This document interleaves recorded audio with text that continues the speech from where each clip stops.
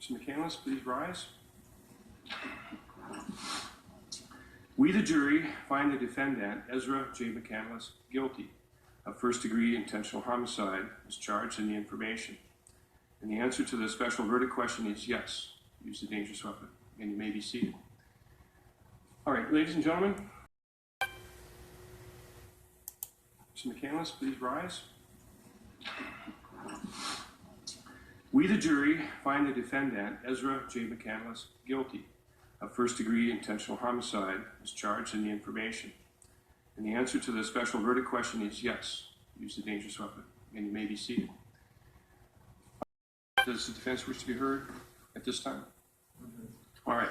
Court will enter judgment on the verdict of guilty as rendered by the jury. And the court will also revoke the bond at this time. And Mr. McCandless will be remanded to the custody of the Dunn County Sheriff. And we will set a sentencing date. So we need a date. I'll order that a pre-sentence investigation be prepared. It is a mandatory sentence. However, there is a parole eligibility date. So we'll how about we'll have the record for scheduling.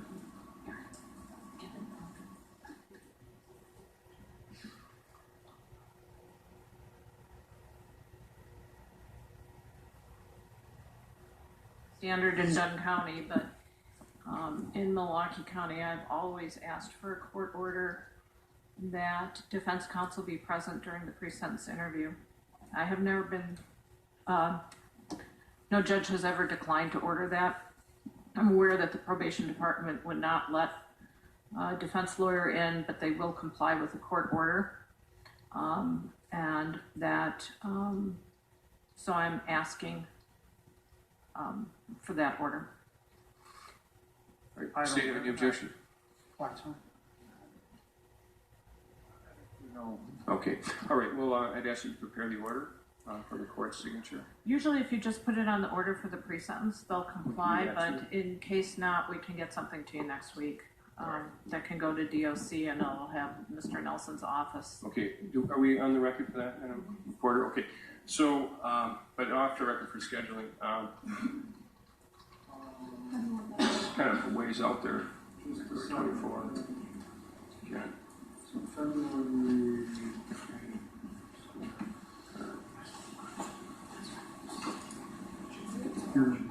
So, anytime His note office is not going to be here that week, so.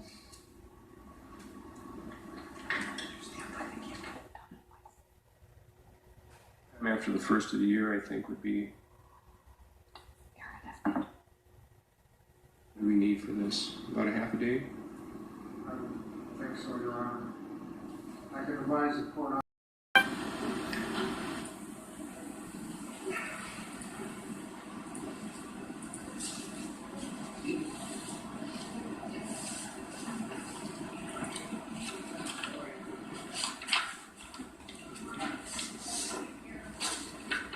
Friday, February 7th.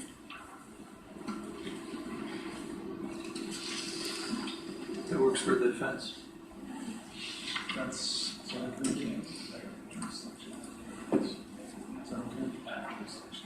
Friday, February 7th is fine with the state, Your Honor. AAG Hahn is not available, but we should be fine. Ms. Fishman, does that work for you? Yes.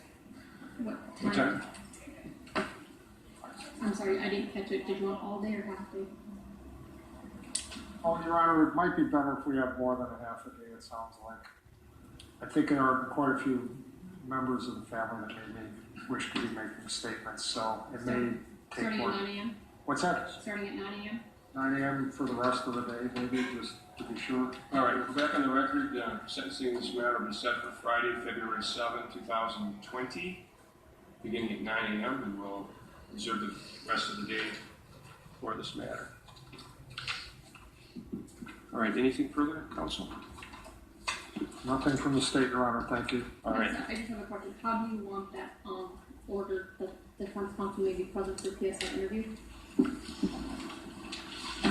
Shall be present. Put in there, shall be present. Okay, thank you.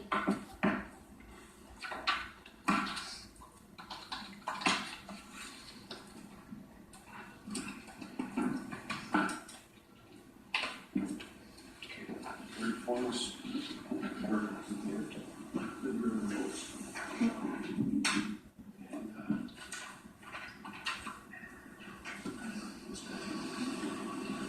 All right then, with that, we'll be adjourned. Thank you. All right, ladies and gentlemen. Justice tonight for the family of Alex Woodworth, a young man who lost his life at such a young age and who was victimized once again at the trial of his murderer. But ultimately, the jury said no.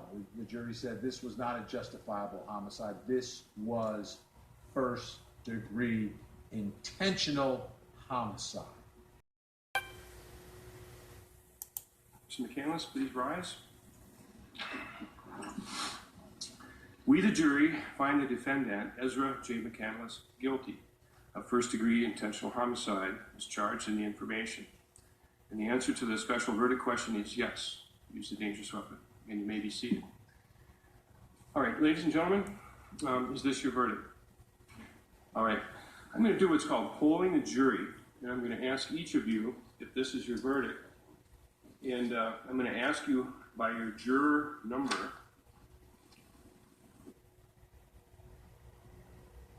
With a knife or grabbed or raped. There was no attempt to run away from him. It was her car. She didn't try to call 911 with the phone and ask someone to come and rescue her.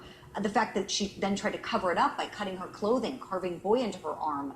His cell phone wound up destroyed someplace else. To me, all of those things said first-degree intentional homicide. I think jury. And the other part here, I mean, prosecutors did an amazing job in getting this jury to come back in 3 hours and 17 minutes. Unbelievable, especially when, in my opinion, they didn't give us a clear-cut motive, but the overwhelming evidence almost negated this need, this curiosity that we always have. Why did this person do it? Also, you know, looking at the jury instructions, the statute itself doesn't require an element of premeditation or planning. So I know in the beginning they did talk about her planning it, but according to the statute, they didn't really have to rest their hat on that.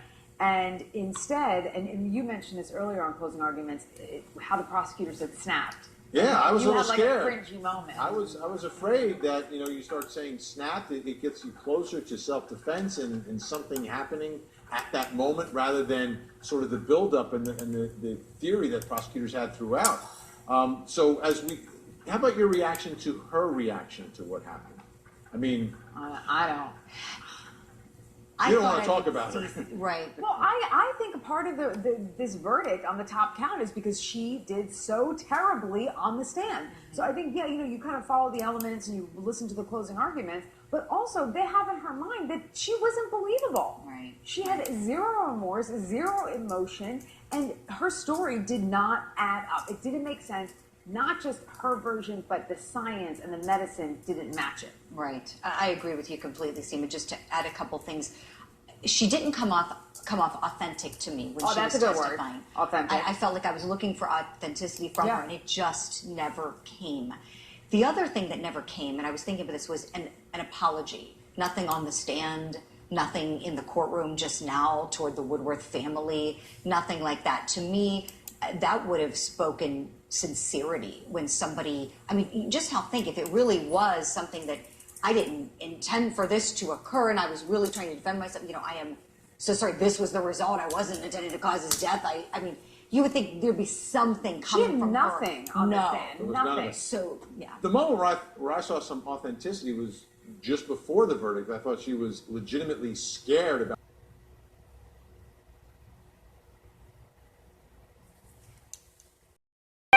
a young man who lost his life at such a young age and who was victimized once again at the trial of his murderer. Yeah, that's what they did. But ultimately, the jury said no. The jury said this was not a justifiable homicide. No, this it wasn't justified. First-degree intentional homicide. She's now facing life in prison. That sentencing, as you heard, coming up February 7th. Seema Iyer, Julie Grant with me here, watching all of this, taking it all in. Let's just go first reactions. Seema? I am not surprised by this. This is what should have been the verdict. The only time I was a bit confused is when they asked for that video. And the video evidence that was supposed to play for 2 hours They went back, and then they came back with a verdict. So I don't understand how you go from wanting information to, all right, let's just convict her of the top charge. I And thought. there she goes. You know, this might be the last time we see her in makeup. Ever. Think about that, right? I'm going to think about it. That's There's weighing a, there's heavily a, on my and as you mind. can see, they're done inside the courtroom, but everything changes now, right? She made the motion for the makeup. This was Sure. her moment. And that's over. That's done. Right. Right. So your thoughts, your reaction. I thought it was the right result. Yeah. I told you when we were sitting here, and we did not know, and you never know what a jury will do. Tonight, I just happened to say this is what I think I would do if I were on that jury, based on the evidence presented that we watched throughout this trial and the law. It seems to me they followed the law. I mean, first-degree intentional homicide, we know there's got to be intent to kill. She's got to cause the death, and she has to not actually believe the amount of force she used was necessary to prevent herself being very badly injured or herself being killed. And when you look at it all, I mean, just a couple things like the number of stab wounds. We have 16 stab wounds, the depth of some of those wounds, the force to crack his skull. I'm stabbing him in his scrotal sac. The fact that she didn't run.